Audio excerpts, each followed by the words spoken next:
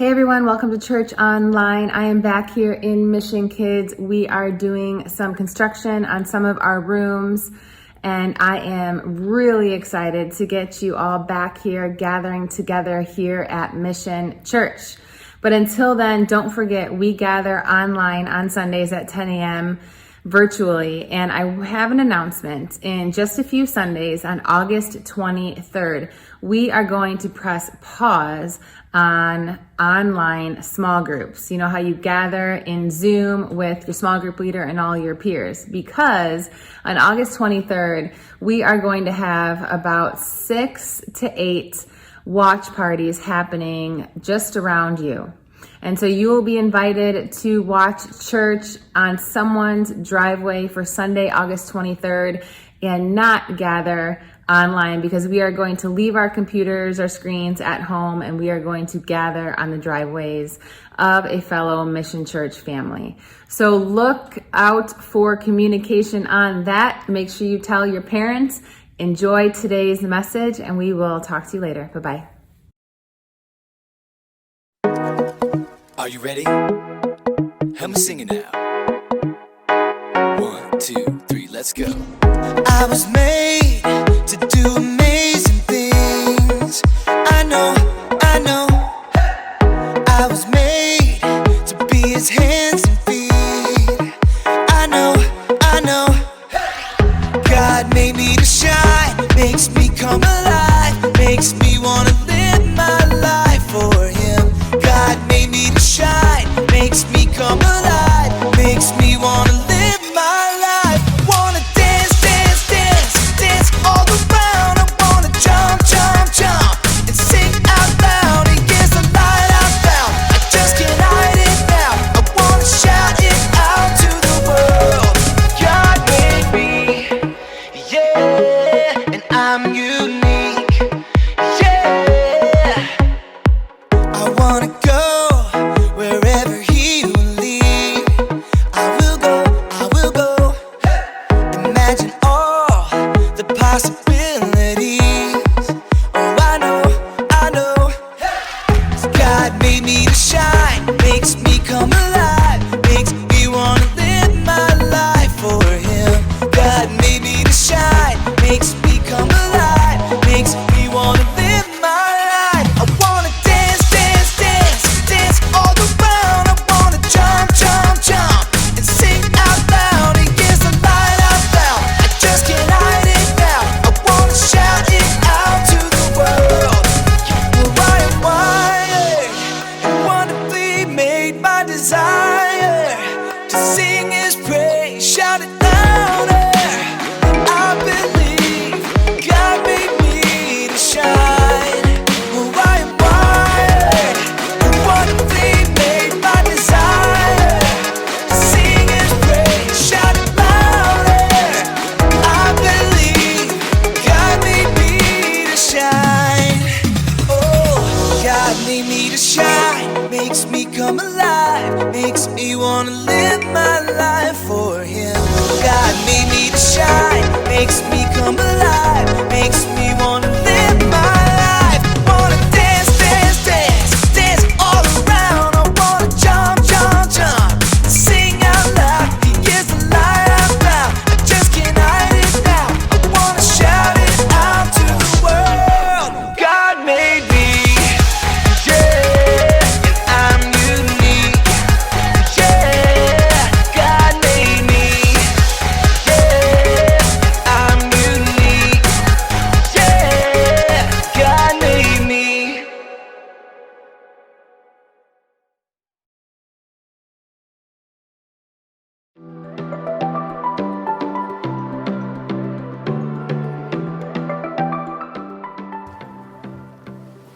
What's up, everybody? My name is Jacob, and today I want to talk to you about creativity, because there's so many different ways to be creative, right?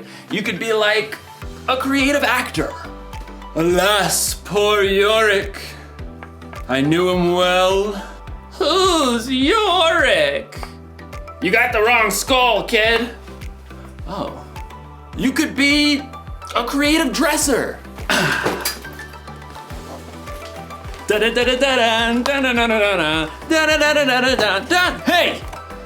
You could be like a creative, I don't know, scientist? But most of the time when you hear the word creativity, you think of something like this. A work of art. Or maybe you think of something like this. Wonder what's got him so anxious. Oh! Oh! Ugh, ewy. In today's story, you're going to hear about the very best creation of all time. Actually, it's the very first creation of all time. It's where creativity was born. And cockroaches. No, it's good. It's indescribable.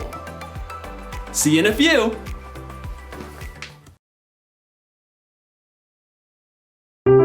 The Bible. It's 66 books of history, stories, letters, and poetry that fit together to form God's one big story.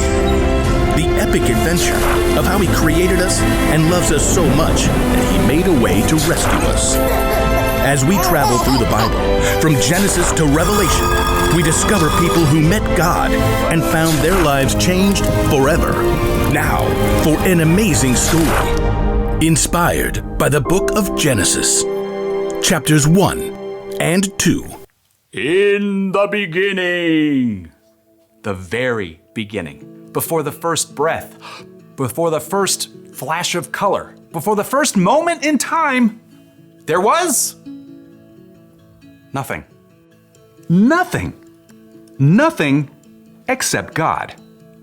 But when God saw nothing, He saw a blank canvas. He saw the perfect backdrop for a work of art beyond imagination. So, God created. From absolutely nothing, He brought forth the heavens and the earth. But there was no shape or form. God's Spirit hovered over the dark emptiness. Then, God called out, "Let there be light." Brilliant light shattered the darkness like golden trumpets on a still morning. Bright rays shimmered and danced in all the hues of the rainbow. God saw the light was good. He divided the light from the dark, calling the light day and the darkness night. Evening and morning together shaped the very first day of all time. Then God said, "Let there be a huge space between the waters. Let it separate water from water." By His words alone, God shifted the waters, leaving a vast arching space above. The sky. Evening and morning rolled past, the second day. God lifted His voice again. "Let the water under the sky be gathered into one place. Let ground appear." Dry land shrugged its way out of the water. Islands and vast continents and gritty deserts and towering mountains. God called the dry ground land, and He called all the gathered waters seas. But God had even bigger plans for this day. "Let the land produce plants, and let there be trees on the land." In moments, tall grasses unfurled across the plains, and giant redwoods shot up from the dirt. Flowers and grapevines and carrots and corn sprouted and flourished. God saw that all of it was good. That evening and morning closed out the third day. "Let there be lights in the huge space of the sky. Let them separate the day from the night." At the sound of God's voice, the blazing sun exploded into being. The silvery moon spun out. Stars and galaxies flooded into space, filling the universe. Pew, pew, pew. God set the sun to rule the day, and the moon to rule the night. And God saw it was good. That evening and morning made up the fourth day. But God wasn't done painting His masterpiece just yet. "Let the seas be filled with living things. Let birds fly above the earth and across the huge space of the sky." Instantly, the seas and rivers and ponds writhed with dolphins and octopi, salmon and minnows. Eagles soared and bluebirds nested, while ostriches stretched their long necks. God saw they were good. That evening and morning formed the 5th day. But God kept working on his creation. Let there be livestock and creatures that move along the ground and wild animals. At once, animals of every kind appeared. Elephants thundered through the forests, and squirrels darted up tree trunks. Monkeys chattered, and pigs rolled happily in the mud. God saw it was all good. But he had one more creation in mind. Let us make human beings so that they are like us. Let them rule over the fish and the birds. Let them rule over all the animals. Then, with his own hands, God formed the very first man and the very first woman, Adam and Eve. I'm me. And you are you. And this place? It's beyond words. Unlike the animals, God made people in his image to reflect him. Have children and fill the earth. Rule over the fish and the birds and every living creature. I am giving you every plant on the earth for food. God looked over everything he had created and saw that it was very good. That evening and morning were the 6th day. And on the 7th day, God rested. I mean, his work was finished. His glorious creation was complete. But because God had formed people in his image, they too could reflect his imagination and creativity. The possibilities ahead of them were endless.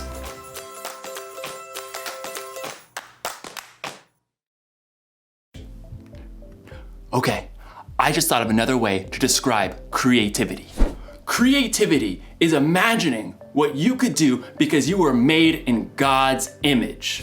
I mean, God created everything, right? He made the stars and the planets and the mountains and the oceans. He made dogs and cats and elephants and ostriches. But when he made us, it got personal. God made us so that we think and feel and act a tiny bit like him. We are made in his image. So check it. Imagine looking at yourself in a mirror. That's what God is like. And no, I'm not saying that he has the same hairstyle or eye color, but look a little bit closer. There's imagination behind your eyes. You have a smile that could encourage someone when they're feeling down. And your hands that could help someone lift a heavy load. Ugh. All right. There's no limit to what God can do through you. That's because there's no limit to God's creativity. That's the one thing to remember today. There's no limit to God's creativity. Seriously, take a look this week at the things God has made and let it blow your mind.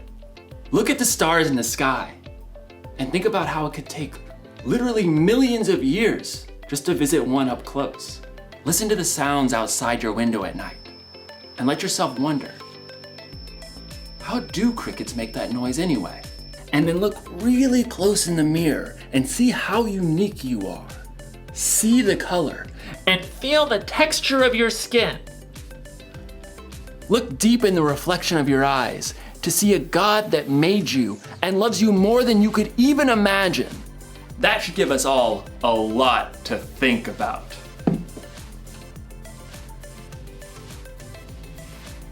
No wonder this guy's a statue. He's thinking about God's creativity. Dude.